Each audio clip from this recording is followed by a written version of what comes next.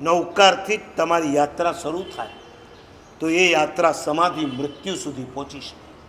હલતા ચાલતા ઉઠતા બેસતા આજે ઘણા શ્રાવિકા બહેનો નૌકાર લેખન પોથી ચાલુ કરીશ. ખબર છે, હજારો નૌકાર લખે છે. અમારા એક મહાત્મા છે, દિવ્ય વલ્લભ વિજય છે, ગિરનાર પ્રેમી છે, અમારા સમાજના છે, હાલારી સમાજના જ, મૂળના જામનગર રહેતા હતા અને એમણે ચંદ્રશેખર મહારાજ આગળ દીક્ષા લીધી. ભાઈ રોજના કેટલા નૌકાર લખે છે ખબર છે? 108. અને એક જ પેજમાં 108. અને તમે વાંચી શકો એવા. તમને તો અહીંથી શરૂ કરાવ્યું, ગાડી ક્યાં પહોંચી ગઈ એ જ ખબર ના. એક પેજમાં 108 નૌકાર લખ્યા પછી મોઢામાં પાણીનું ટીપું નાખવાનું, આવી સરસ ભાવના છે. નૌકાર લખતા લખતા કેવા લાભો થયા છે એની બુક પણ છે, આપણે રાખીએ છીએ ને અહીંયા. કોઈને જોઈતી હોય આ વિશાલભાઈ હિતેશભાઈને મળજો.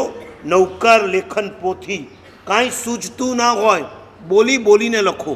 નમો અરિહંતાણમ. મન વચન કાયા ત્રણેયને એકાગ્ર કરવા હોય તો ધ બેસ્ટ આઈડિયા નૌકાર લેખન. તમે લખો એટલે કાયા, તમે બોલો એટલે વાણી, અને એ વખતે મન એના અર્થમાં પરોવાય તો મનની પણ એકાગ્રતા. નમો હરિહંતાણમ, નમો સિદ્ધાણમ, નમો આયરિયાણમ. 12 નૌકાર લખો. 108 જરૂર નથી, રેગ્યુલર 12 નૌકાર. ભૌતિક આધ્યાત્મિક બધા જ લાભો થાય તો એ નૌકાર અંત સમયે જીભ ઉપર આવે છે.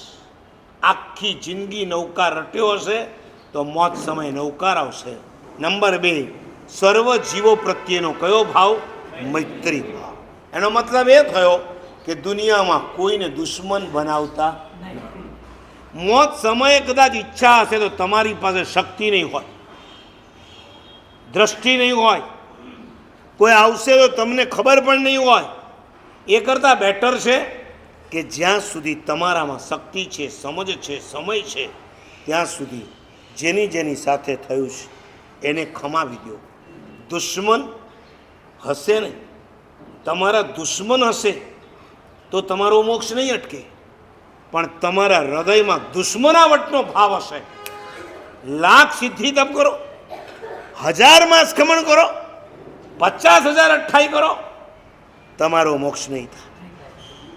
દુશ્મનથી નહીં ડરો. ડરવું હોય તો શેનાથી ડરો? દુશ્મના.